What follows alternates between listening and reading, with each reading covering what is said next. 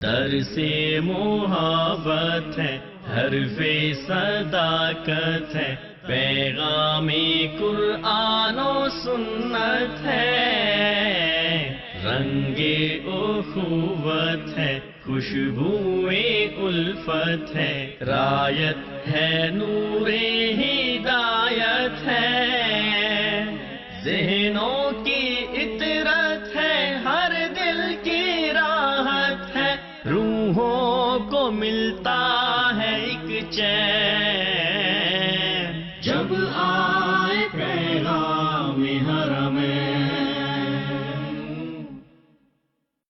امام مسجد الحرام فضیلت الشیخ ڈاکٹر سعود الشریم حافظہ اللہ۔ عنوان: نبی رحمت صلی اللہ علیہ وسلم کی رحم دلی اور بردباری۔ 17 ربیع الثانی 1436 ہجری بمطابق 6 فروری 2015۔ الحمد لله العلی الکبیر العلیم القدیر۔ تمام تعریفیں اللہ کے لیے ہیں، ساری تعریفیں اس اللہ کے لیے ہیں جو بلند مرتبہ اور بڑا ہے، جاننے اور قدرت رکھنے والا ہے۔ میں اپنے رب کی ظاہری اور باطنی نعمتوں پر اس کا شکر گزار اور ثنا خواں ہوں، اور اس کی نعمتوں کا ہمیشہ شکر کرتے رہنے کی توفیق مانگتا ہوں۔ میں گواہی دیتا ہوں کہ اللہ کے سوا کوئی الہ نہیں ہے، وہ اکیلا ہے، اس کا کوئی شریک نہیں، اسی کی طرف لوٹ کر جانا ہے۔ میں یہ بھی گواہی دیتا ہوں کہ ہمارے نبی اور سردار محمد صلی اللہ علیہ وسلم اس کے بندے اور رسول اور خلیل ہیں۔ اے اللہ، رحمتیں، برکتیں اور سلامتی نازل فرما اپنے بندے اور رسول محمد صلی اللہ علیہ وسلم پر، جو خوشخبری دینے والے، ڈرانے والے اور روشن آفتاب ہیں، اور آپ صلی اللہ علیہ وسلم کی آل اور صحابہ کرام پر بھی، جنہوں نے اپنے مال اور جانیں اللہ کے دین کے لیے کھپا دیے، حتیٰ کہ زمین ہدایت اور نور سے جگمگا اٹھی۔ اما بعد فاتقوا الله تبلغوا رضوانه وجناته وتنجوا من غضبه وعقوباته۔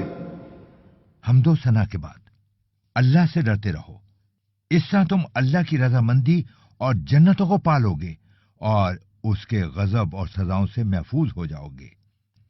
اے بندگان الہی، بلا شبہ تمہارا پالنہار تمہیں اپنی عام اور خاص نعمتیں یاد دلاتا ہے تاکہ تم اس کے شکر گزار بنو۔ اللہ کا فرمان ہے، لوگو، تم پر اللہ کے جو احسانات ہیں انہیں یاد رکھو۔ کیا اللہ کے سوا کوئی اور خالق بھی ہے جو تمہیں آسمان اور زمین سے رزق دیتا ہو؟ کوئی معبود اس کے سوا نہیں۔ آخر تم کہاں سے دھوکہ کھا رہے ہو؟ اور فرمایا، تم پر اللہ تعالیٰ کی جو نعمتیں نازل ہوئی ہیں انہیں یاد رکھو، اور اس کے اس عہد کو بھی جس کا تم سے معاہدہ ہوا ہے، جبکہ تم نے کہا تھا کہ ہم نے سنا اور مانا، اور اللہ تعالیٰ سے ڈرتے رہو، یقیناً اللہ تعالیٰ دلوں کی باتوں کا جاننے والا ہے۔ اسی طرح فرمایا، کیا تم نہیں دیکھتے کہ اللہ تعالیٰ نے زمین و آسمان کی ہر چیز کو تمہارے کام میں لگا رکھا ہے، اور تمہیں اپنی ظاہری اور باطنی نعمتیں بھرپور دے رکھی ہیں؟ اللہ تعالیٰ نے ہمیں بتایا ہے کہ ساری نعمتیں اسی کی طرف سے ہیں، تاکہ ہم بندگی اور شکر گزاری کے معاملے میں اس کا حق نبھائیں اور اس کی جناب سے اور زیادہ کی رغبت رکھیں۔ فرمان باری تعالیٰ ہے، تمہارے پاس جتنی بھی نعمتیں ہیں سب اسی کی دی ہوئی ہیں، اور فرمایا، تجھے جو بھلائی ملتی ہے وہ اللہ تعالیٰ کی طرف سے ہے، اور جو برائی پہنچتی ہے وہ تیرے اپنے نفس کی طرف سے ہے۔ فالحسنات تصیب الانسان۔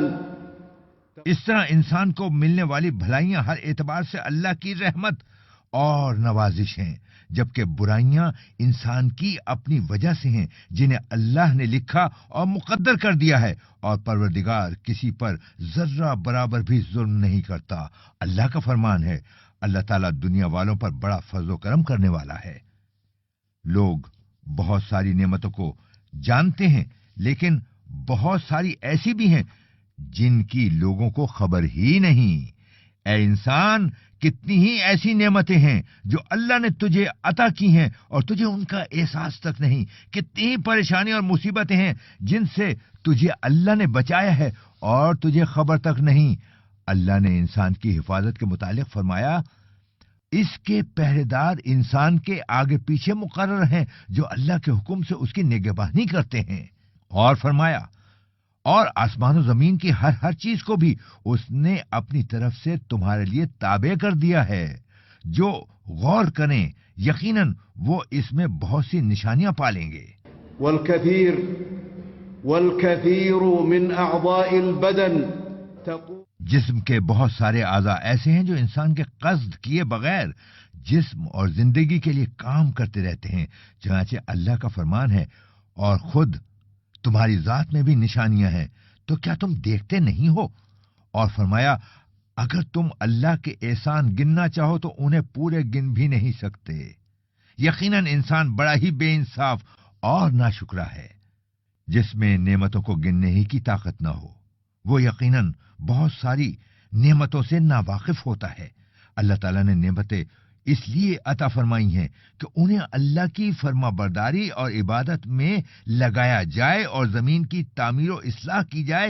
اللہ کا فرمان ہے، وہ اسی طرح اپنی پوری نعمتیں دے رہا ہے کہ تم حکم بردار بن جاؤ.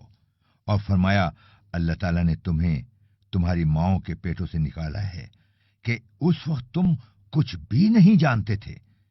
اسی نے تمہارے کان اور آنکھیں اور دل بنائے کہ تم شکر گزاری کرو. فشكر النعم هو باجتماع امور بمحبة المنعم جل وعلا على نعمه. چنانچہ نعمتوں کا شکر کئی ایک امور کے جمع ہونے سے ہو سکتا ہے. مثلا نعمتیں عطا کرنے والے سے محبت کی جائے، اس کی نوازشوں کی وجہ سے اس کے سامنے جھکا جائے، دل سے یہ یقین رکھا جائے کہ بندے پر ہونے والی ہر نعمت ہر اعتبار سے ایک ایسی نوازش اور احسان ہے جو اللہ پر بندے کا حق نہیں ہے. ان نعمتوں پر زبان سے پروردگار کی تعریف کی جائے، اللہ کے سامنے دست احتیاج پھیلا کر انہیں حاصل کیا جائے، نعمت کی تعظیم کی جائے اور نعمتوں کو اللہ کے پسندیدہ کاموں میں استعمال کیا جائے.